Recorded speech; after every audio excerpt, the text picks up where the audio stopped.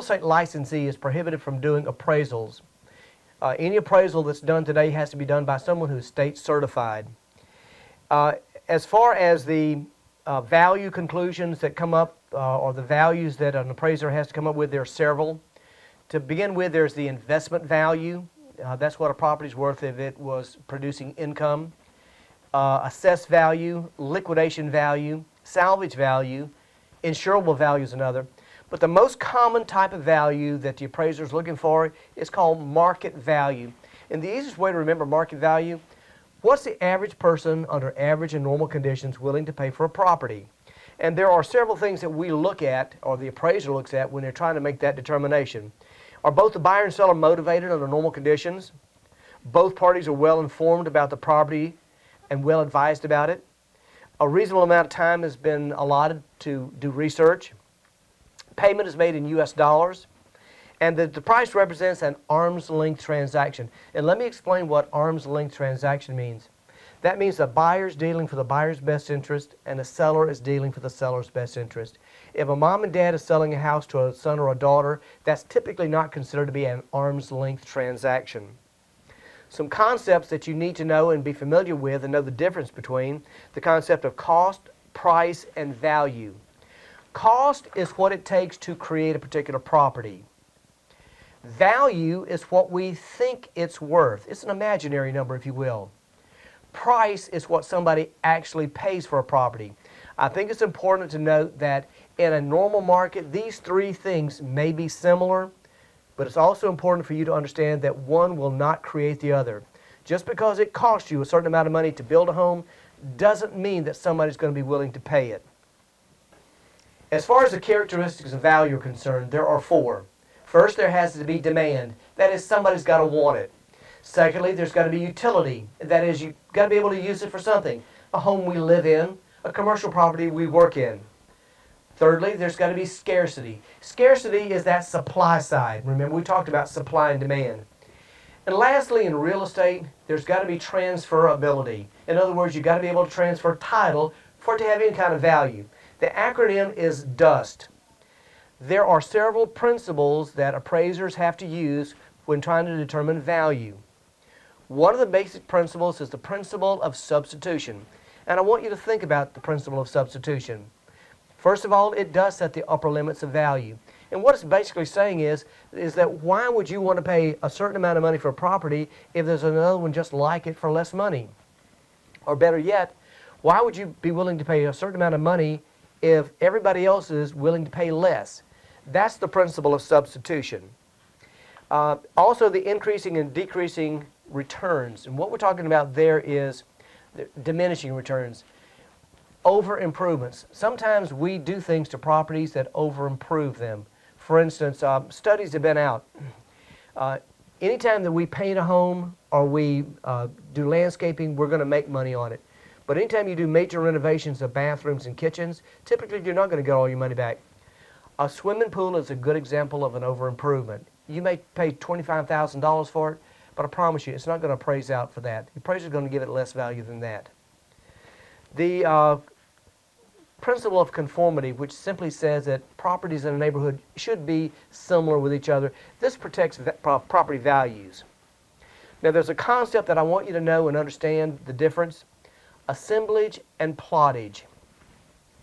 Assemblage is the combining of two or more parcels of real estate under one ownership. Plottage is the increased value because of that assemblage. And let me give you a good example. I was asked by a developer in the Pensacola area to find some land to build a medical complex on. And I found 11 different parcels of real estate. At closing, we brought them all under one ownership. We paid about $1.25 a square foot when we bought it. After we did our development plan, our site plan, and went in and got ready to get our loan, we had it reappraised. And with the new project that we're putting on there, that land appraised out for about $3 a square foot. Because of assemblage, because of combining those lots under one ownership, and the way that we were going to develop it, that land went up in value. That increase in value is known as plottage. Now, the appraiser is going to be required to do 3 approaches to find value, if at all possible. Those three approaches are the comparable sales approach, the cost depreciation approach, and the income approach. So let's start first of all with the comparable sales approach. The comparable sales approach is based on the principle of substitution. We rely very heavily on the comparable sales approach when we're dealing with residential properties, vacant land, and small income producing properties. And basically what we're doing here is we're simply comparing other properties that have sold. So the first thing that we want to do in the comparable sales approach is collect data. We want to collect as many comparables as we can that are similar to our subject property. And that is, they need to be the same construction quality, same bedroom, same baths, same everything if at all possible. We know that that's not always possible, so what we have to do is make adjustments. So once we have gathered our comparables, the next thing we want to do is adjust those comparables and make them like our subject. We cannot adjust the subject property. That's important for you to remember. You can only adjust comparables. And I want you to remember the concept of Robin Hood. Robin Hood says, take from the rich and give to the poor. So let's do that. If a comparable is superior to our subject property, it's better than, if you will, richer than. We're going to take away from it and make it like our subject property. If that comparable is inferior and not as good as our subject property, then we're going to have to add whatever we have to add to it to make it like our subject property.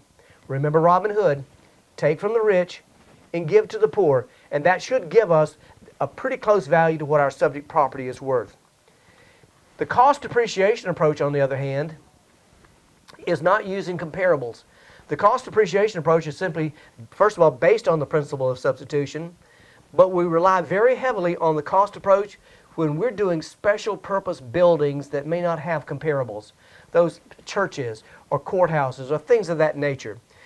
What we're doing with the cost approach is that we're going to take that exact structure just like it's sitting, and we're going to build it as though it's brand new today, whatever that new construction cost is. Then we're going to subtract away whatever depreciation has occurred on the property.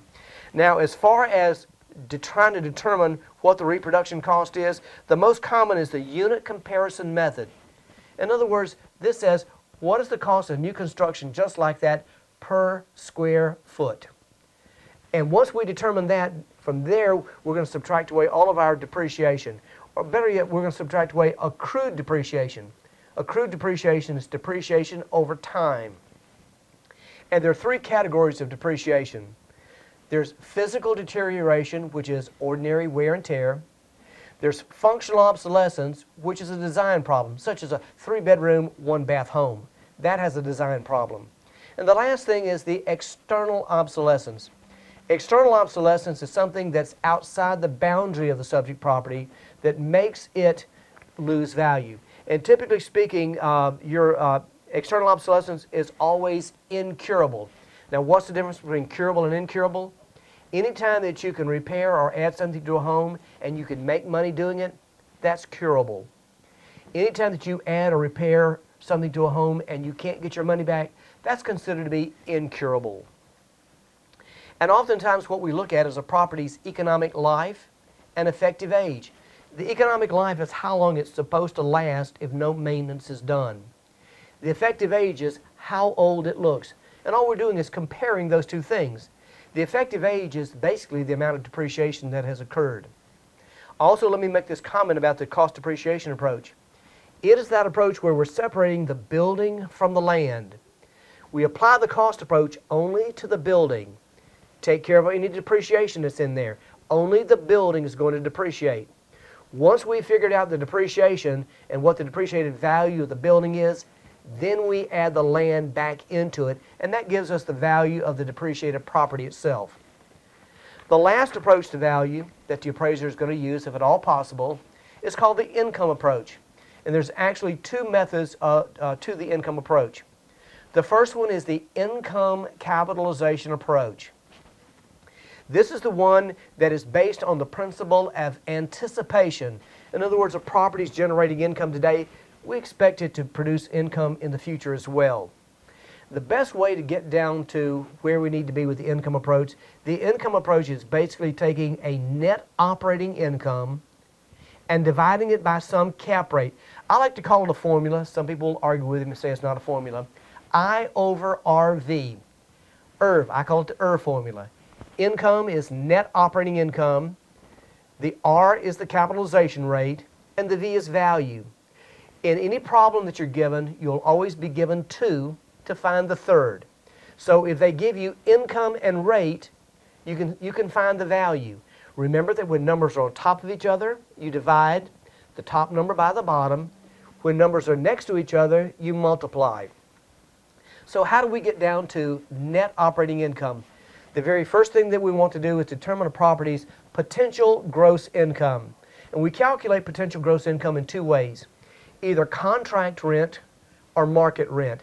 Contract rent is when you have a long-term tenant under contract, like IBM for 10 years. You got to go by their contracts because those contracts aren't going to go away. But if you don't have a long-term tenant like IBM, then what we're going to do is go by market rent.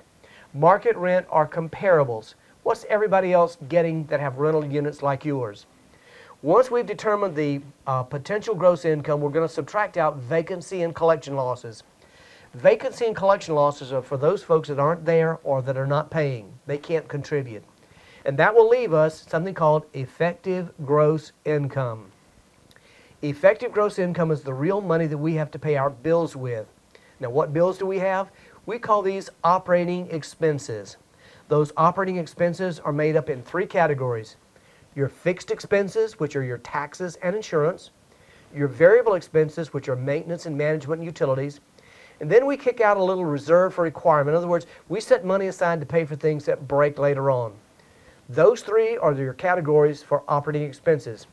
Notice that my mortgage payment, which is also known as debt service, is not considered an operating expense. It's separate and apart.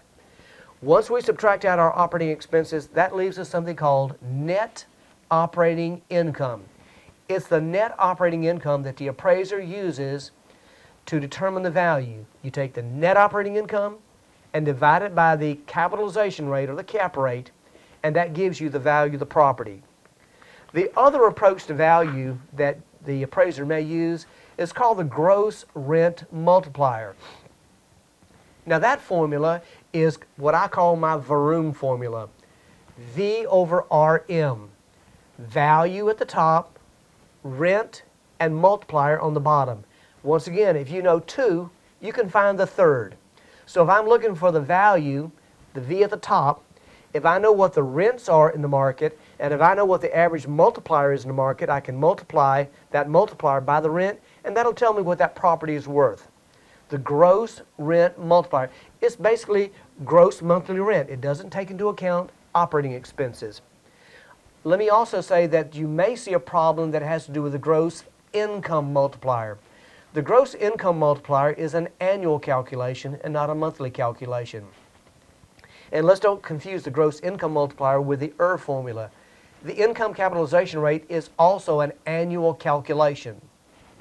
But the gross income multiplier is where you're using seasonal rental properties, such as the beach area, where during the summertime you may get one rent, the wintertime you may get another rent, so rents are not consistent. So what we want to do is lump them all into one annual rent. The formula is still the same, V over RM. As far as the CMA is concerned, this is the comparative market analysis. With the CMA, the real estate agent is going to be looking at 3 different components, unlike the appraisal. Remember that a licensee can do a CMA. And we could do it for a fee if we wanted to, but most of us don't. Most of us do it as a service. The 3 things that we're looking at, we want to first of all look at properties that have recently sold. That tells us what our property should sell for. Secondly, we're going to look at what our competition is.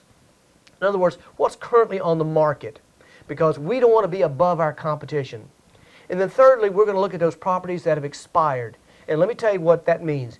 Anytime that a property has expired from the MLS system or the multiple listing system, if it's gone 6 months or a year and hasn't sold yet, it was overpriced. And so we look at that and say, that's where we don't want to be. We don't want to be out there where it's overpriced and never will sell. And let me say this, folks. Buyers are not going to pay more than what they want to pay for a property. You can't make them.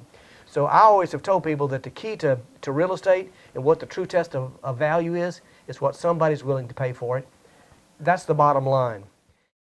And what I'd like to do right now is to do a quick review of the appraisal section with you. As far as appraising is concerned, appraisals can only be done by individuals that are state certified. Real estate licensees can prepare CMAs, or the comparative market analysis. Market value is what the normal buyer under normal conditions would be willing to pay for a property.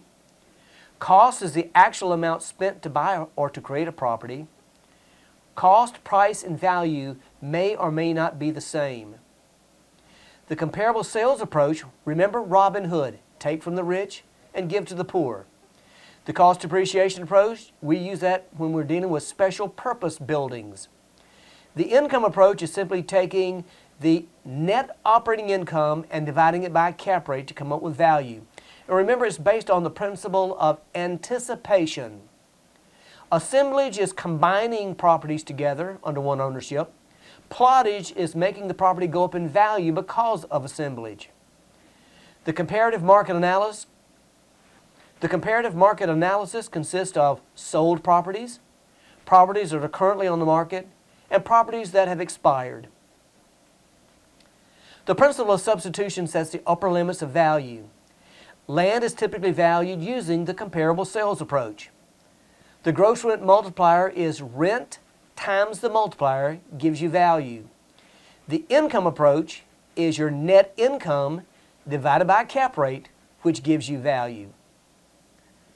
Remember, gross income minus vacancy and collection losses gives you effective gross income, minus your operating expenses gives you net operating income. And it's the net operating income that we use to determine value in the IRV, or the income capitalization approach. And that concludes this chapter's review.